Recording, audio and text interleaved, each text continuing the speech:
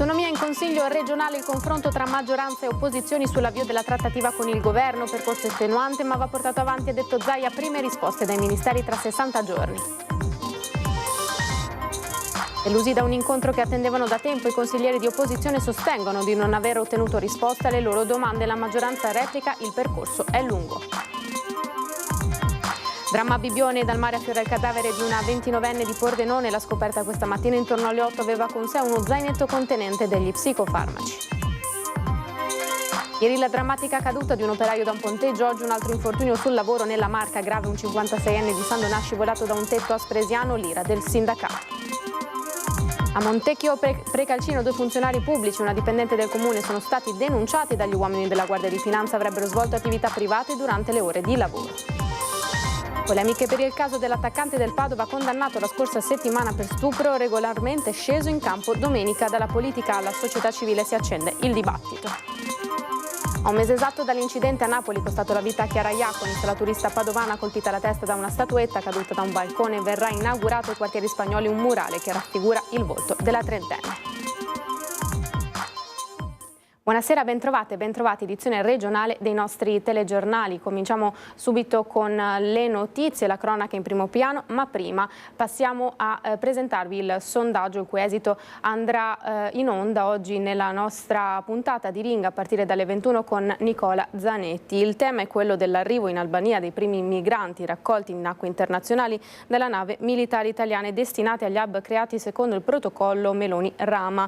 Mentre Ursula von der Leyen parla di un modello da seguire, l'opposizione attacca parlando di deportazione, puntando il dito sui costi e l'utilità dell'operazione. Quindi vi chiediamo, migranti verso i centri in Albania servirà? Sì allo 0422 16 26 69 1, no invece allo 0422 16 26 69 0. L'esito a partire dalle 21 questa sera su Ring.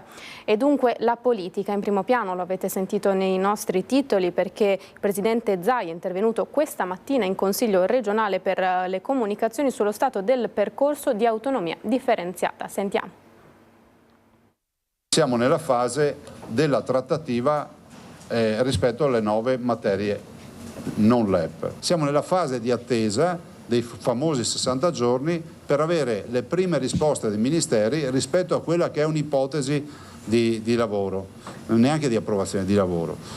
Vi ho già detto, verosimilmente si va nella direzione di pensare in questa prima fase di cercare di fare un negoziato a 4 regioni che possono condividere, che so, 5, 6, 7 materie, quello che sarà, con delle funzioni diciamo che saranno più o meno simili.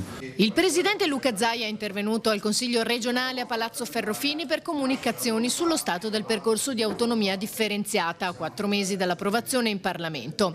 Entro 60 giorni ha evidenziato qualcosa accadrà, allora si convocherà la consulta sull'autonomia, gli stakeholder e l'osservatorio. Zaia è consapevole del fatto che il percorso sia lungo, ma va portato avanti con perseveranza. Si va avanti, la strada è segnata, è totalmente legale, in linea con la Costituzione. Penso che è un lavoro lungo, ma che se oggi è arrivato a questo punto è perché io ci ho sempre creduto, noi ci abbiamo sempre creduto. Ricordo che quando si è iniziato con il referendum 2014 tutti dicevano che non sarebbe mai stato approvato, siamo riusciti ad arrivare qui. Sui prossimi passi dell'iter per il presidente, prima di tutto bisogna far capire quali sono i vantaggi dell'autonomia. Si inizia con le 9 materie, entro 24 mesi avremo a disposizione un portafoglio di altre 14 materie, varie funzioni. Non è vero che cambia nulla, perché sono funzioni che comunque rappresentano un grande decentramento amministrativo che questo Paese non ha mai fatto. L'autonomia va costruita giorno dopo giorno, ma anche alimentata giorno dopo giorno. Non si immagini che fatto il primo passaggio sia finita lì, andrà avanti per anni perché dovremo sempre più consolidarla. Quanto alla richiesta di abrogare la legge Calderoli, Zaia commenta.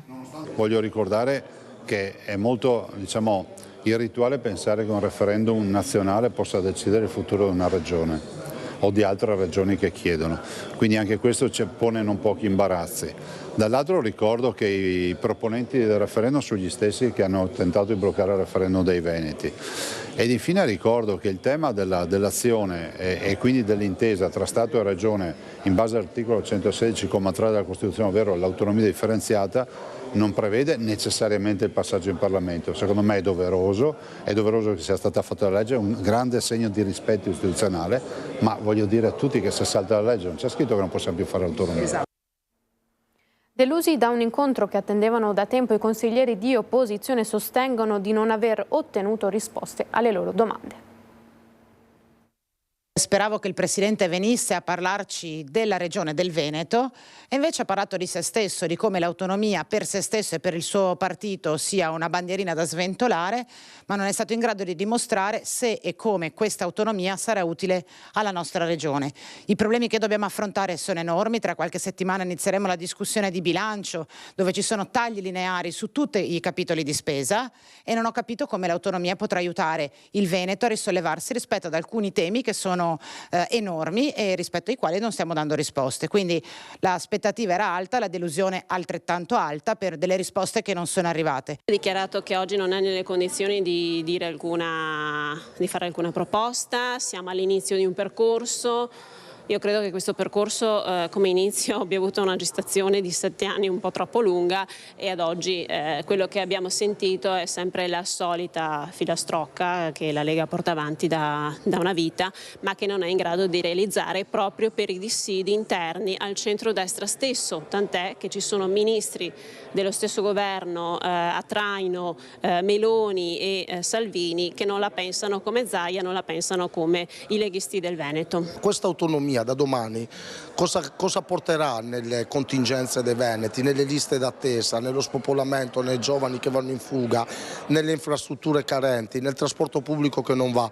Come l'autonomia può cambiare tutte queste cose? Io l'abbiamo chiesto, ma rimane un perimetro ideologico e poco pratico. Alla delusione e alle domande sollevate da molti consiglieri regionali di opposizione che da tempo chiedevano questo incontro non sono mancate le repliche immediate da parte della maggioranza, consapevole delle difficoltà del percorso ma fiduciosa nella sua riuscita. Al PD è caduta la maschera, questa è la vera questione. Il PD che si è sempre dichiarato autonomista, lo stiamo vedendo ogni giorno di più con la raccolta firma per il referendum, con quelli che sono i dibattiti che fanno, con quello che dicono in aula. Il PD è un partito contro l'autonomia dei veneti. Dispiace perché sappiamo che tanti elettori del PD hanno votato a favore dell'autonomia e penso siano traditi da chi sta portando avanti un referendum che alla fine sarà il vero spacca Italia. Un incontro che si aspettava da tempo ma che segue un iter procedurale che, ricordo, è iniziato con il governo Meloni dall'ottobre del 2022, quindi dall'insediamento del governo. Siamo arrivati a febbraio con il disegno di legge Calderoli che dal Consiglio dei Ministri è stato approvato e, come anche ha detto il Presidente poco fa, in maniera inaspettata, e quindi insomma è iniziato un iter molto importante. Oggi parliamo di materie, parliamo di competenze, insomma, quindi parliamo di cose concrete e quindi insomma chi non vuole l'autonomia, ma in particolar modo chi rema contro il Veneto anche da Veneto, insomma deve mettersela via. Siamo ben consapevoli che il percorso che porta all'autonomia è un percorso impegnativo, travagliato, estenuante, però bisogna con perseveranza portarlo avanti. Ci rendiamo anche conto che la storia stessa del regionalismo in Italia è stata una storia dove c'è stato molto impegno per riuscire ad individuare le regioni, a dare loro dei poteri, ed è evidente che per chiedere l'autonomia dobbiamo ancora battagliare. E intanto Darè e Dolazzan sono pronti a scendere in campo e candidarsi come consiglieri alle prossime elezioni regionali. Gianantonio Darè pronto a correre come consigliere alle prossime elezioni regionali, la conferma in diretta a Ring. Ospite di Christian Arboit, l'ex europarlamentare leghista, già segretario nazionale del movimento, poi espulso dal direttivo di Via Bellerio, annuncia la volontà di scendere in campo, ma con chi è ancora da decidere.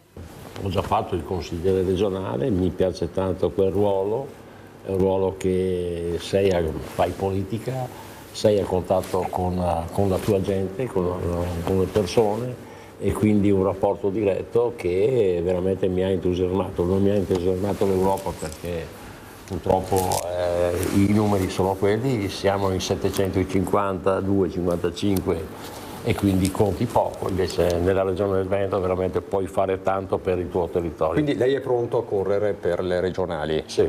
Con chi? Questa è una bella domanda che me lo stanno chiedendo in tanti, qualcuno insomma con delle offerte estremamente interessanti. Dice ancora noi da Re quando parla di Lega. 40 anni non si dimenticano, commenta, ma con questa Lega non ci si ritrova. Il problema non è solo Matteo Salvini, ma la deriva di estrema destra, così la definisce, che il Carroccio ha preso negli ultimi anni. Da Re è un serbatoio di voti, nel loro piccolo le amministrative di Vittorio Veneto lo hanno dimostrato, ed è una carta che molti partiti vorrebbero giocarsi. Vediamo cosa offre il convento. E il piano B qual è? Forza Italia? Non so, insomma, una bellissima camicia azzurra, una cravatta blu, insomma, un azzurro libertà. Lo sappiamo, diciamo, insomma, che è corteggiato anche da Forza Italia. Ci sono tante idee, ci sono dei movimenti, adesso tra settembre e ottobre veramente succederanno tante cose. Alle regionali guarda con interesse anche l'ex assessore Elena Donazzane, eletta all'Europarlamento con Fratelli d'Italia e nominata vicepresidente della Commissione Industria, ma per lei vale lo stesso ragionamento di Darè. Tra i meloniani è uno dei nomi in grado di spostare maggiori consensi. Io cerco di avere lo sguardo ben puntato qui. Dopodiché c'è stato un sondaggio che mi ha dato grande conforto, perché è stato pubblicato poi a fine di agosto, dove si diceva che tra tutti i nomi candidabili del centrodestra io ero la prima col 32%, questo mi conforta, mi riempie il cuore se vuole, però non sono io a decidere. Ma nel centrodestra si considerano tutti avvisati, il nome di Donazzan, come quello di Darè, andrà per forza tenuto in considerazione. E ora la cronaca, giallo a Bibbione, dal mare affiora il cadavere di una 29enne di Pordenone. È giallo per la morte di una 29enne di Pordenone ritrovata cadavere poco dopo le 8 del mattino tra le acque di Bibbione Pineda. A lanciare l'allarme e chiamare i carabinieri alcuni passanti che hanno notato il corpo esanime galleggiare a 4 metri dalla riva. Subito sul posto con i militari dell'Arma anche i soccorsi del SUEM 118, ma per la ragazza inutile ogni tentativo di rianimazione, ritrovata a sottoriva a pancia in giù, oramai priva di vita. Vicino al suo corpo uno zainetto ricolmo di psicofarmaci. La 29enne era arrivata a Bibbione lunedì 14 ottobre, poco dopo le 22:30, guidando la sua Citroen bianca e lasciandola al parcheggio di via dei Laudi. Qui è scesa, dopo aver preso lo zainetto, ha chiuso l'auto mettendosi in cammino, non si sa verso quale direzione, così dalle telecamere di videosorveglianza. Ed ecco la Citroen bianca della 29enne, oggi ancora in via dei Laudi, dove risulta parcheggiata da circa 24 ore. Dal mare, che ha riportato lo zainetto della ragazza ricolmo di psicofarmaci, si apre anche l'ipotesi di morte sopraggiunta da atto estremo, così anche dal blister ritrovato in mattinata sulla spiaggia, ma al momento i carabinieri sono cauti e non escludono altre ipotesi.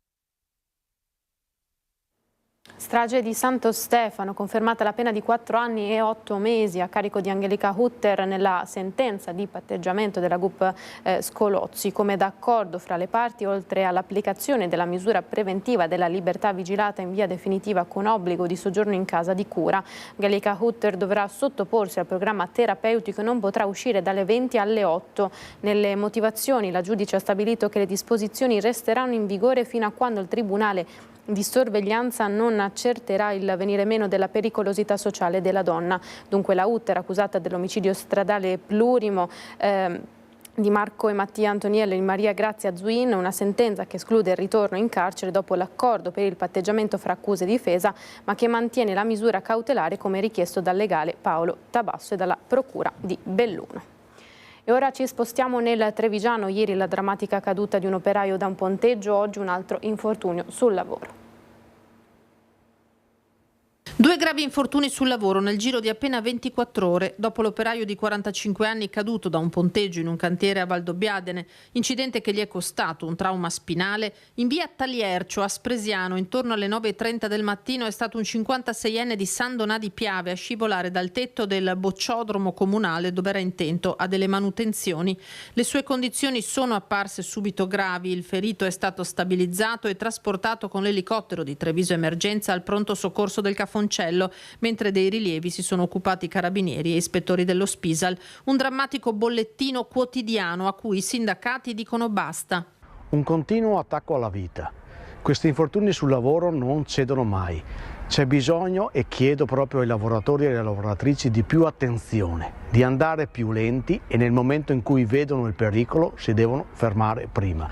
Rifiutatevi di lavorare se c'è pericolo per la vostra vita, rincara Toigo, mentre Francesco Orru, segretario generale della CISL Treviso Belluno, sottolinea il gran numero di cadute dall'alto e ribadisce servono maggiore impegno nella formazione e più controlli. Furbetti del cartellino. Nel Vicentino 2 funzionari pubblici e una dipendente del comune sono stati denunciati dalla Guardia di Finanza. Avrebbero effettuato attività private durante l'orario di lavoro 2 funzionari dipendenti del comune di Montecchio Precalcino che sono stati denunciati dalle Fiamme Gialle di Vicenza contestualmente ad un'impiegata del comune e a un geometra esterno. È il risultato dell'operazione Doppio Gioco avviata lo scorso anno dai finanzieri del Comando Provinciale di Vicenza, che avrebbe documentato una serie di illeciti a carico dei 2 indagati per truffa aggravata ai danni dello Stato, falso in atto pubblico e rivelazione di segreto d'ufficio.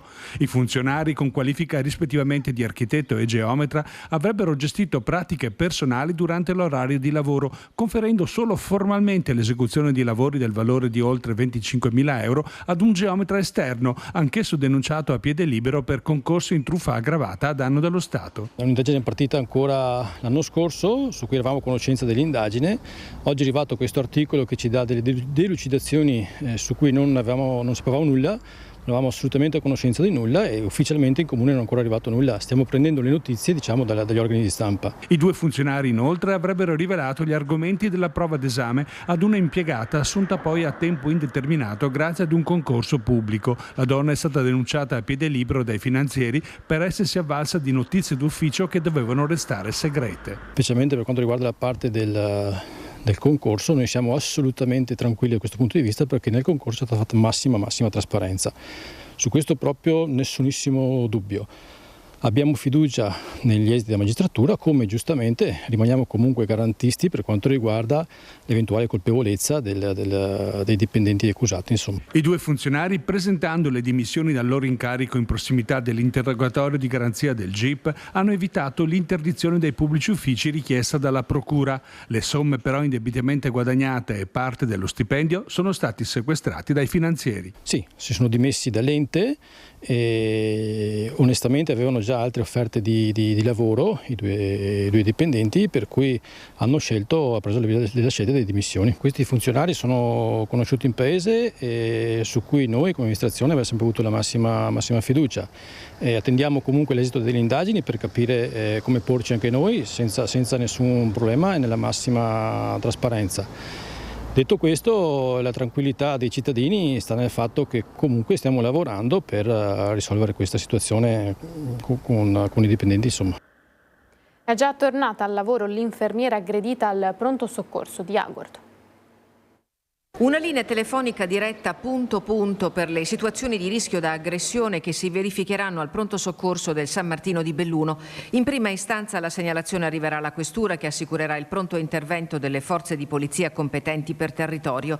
Giro di vite deciso, tolleranza zero verso gli atti di violenza fisica o verbale, sempre più frequenti contro gli operatori della sanità. A Palazzo dei Rettori il prefetto e il commissario straordinario dell'ULS 1 hanno siglato un protocollo d'intesa, presenti il questore e i comandanti provinciali dei Carabinieri e della Guardia di Finanza. Alla Prefettura il compito di coordinare questo servizio. Sì, alla luce dell'incremento di episodi di questo genere che sono avvenuti in territorio nazionale, è stato dato impulso alla definizione di alcuni protocolli di intesa e oggi siamo arrivati alla stipula con il protocollo azienda USL per l'attivazione di una linea punto a punto ospedale-questura. Si parte con il pronto soccorso dell'ospedale di Belluno, ma l'intenzione è quello di estendere il servizio a tutti i presidi sanitari della provincia. La chiamata punto a punto si aggiunge a tutta una serie di iniziative e di attività che l'azienda ha già fatto a tempo a riguardo appunto della tematica delle aggressioni verso il personale.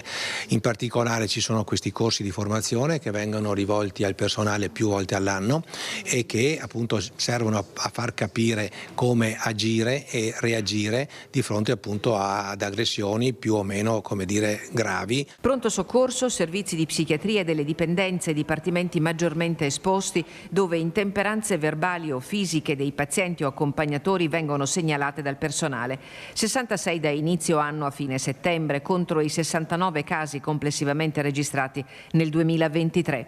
La linea telefonica diretta fra il pronto soccorso del San Martino e la questura affiancherà ma non sostituirà l'attività del posto di polizia ospedaliero. È giusto precisarlo, noi abbiamo un presidio permanente che però ha degli orari di servizio, quindi questa cosa è specialmente dedicata a intervenire in tutti quei momenti in cui il nostro personale all'interno non è presente. Rispetto, il sentimento definitivo che deve tornare a prevalere nei confronti del ruolo prezioso degli operatori sanitari a servizio dei cittadini che dalla pandemia ad oggi è stato derubricato dal comune senso civico.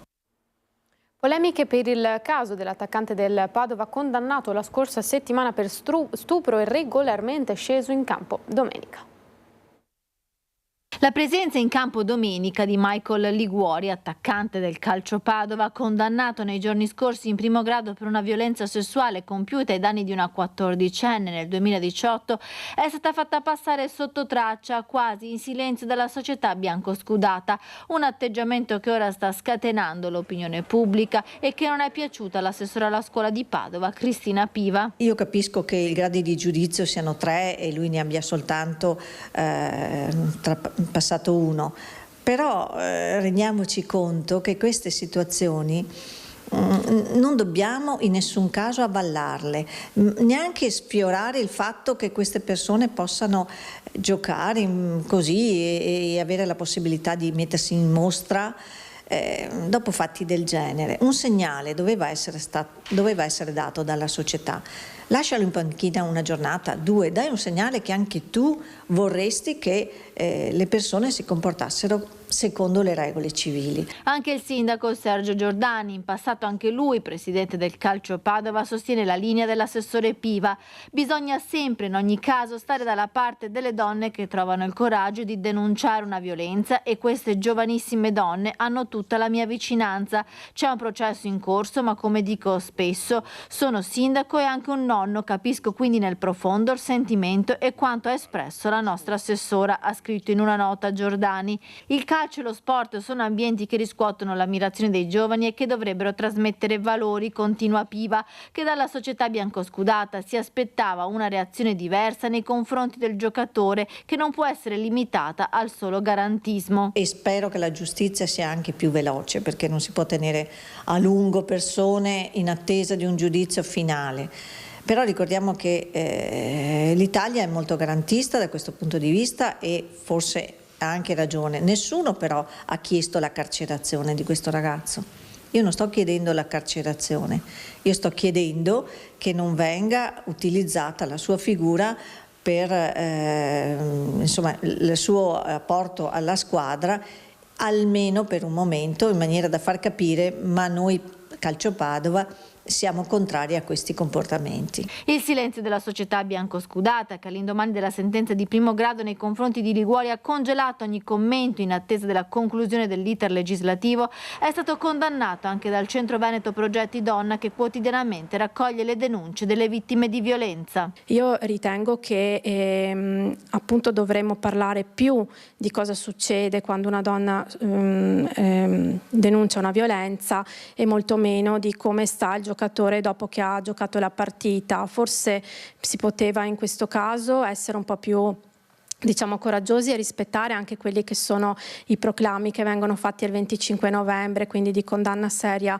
alla violenza maschile sulle donne e magari con un principio di precauzione e sospendere la presenza del giocatore delle partite finché appunto il procedimento non sia giunto a termine.